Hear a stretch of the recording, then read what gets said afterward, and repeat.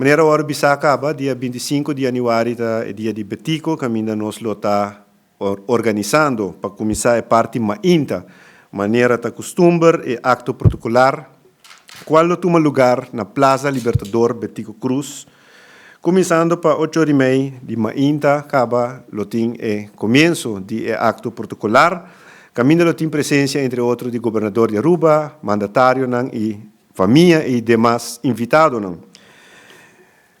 Arriba é mesmo dia, já domingo aqui, para setor de a noite, nós vamos começar com a manifestação cultural na Plaza Libertador Betico Cruz, para a qual nós te invitar o povo em geral, bem que muita família, bem desfrutar de dia de Betico, maneira de costumbre na plaza, lo tem diferentes atividades, acompanhar para obra, arte, música, comida não criollo que nós gusta comer de tent não conhecer na plaza, pois é dia de celebração, dia de júbilo, maneira hora bisa acaba para aqui e me também passa rato hora de programa qual é dia aqui para nosso povo em geral.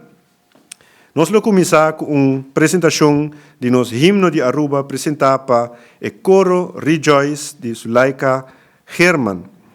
Seguir para potpourri de baile não folclórico, apresentação de turnos ritmo não folclórico, maneira tambu, wals, mazurca, dança, tumba, produzir e coordenar para o senhor Freddy Trump.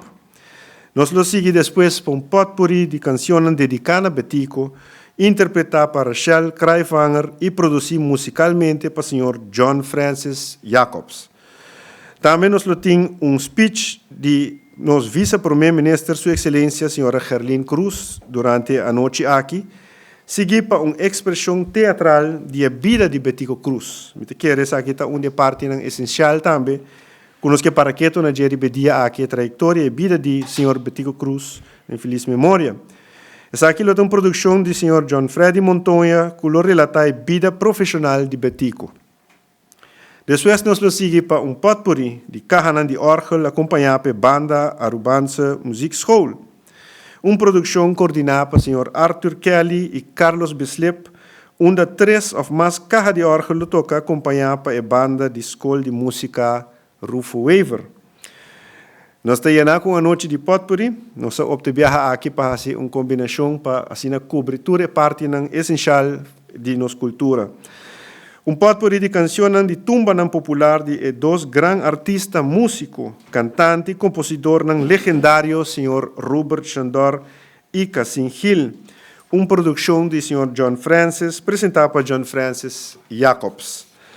No transcurso de final de noite, tem uma apresentação de Touch of Steel e invitado, e nós estamos a noite com ambiente para nos losse pianan com a agrupação popular de Groove Masters.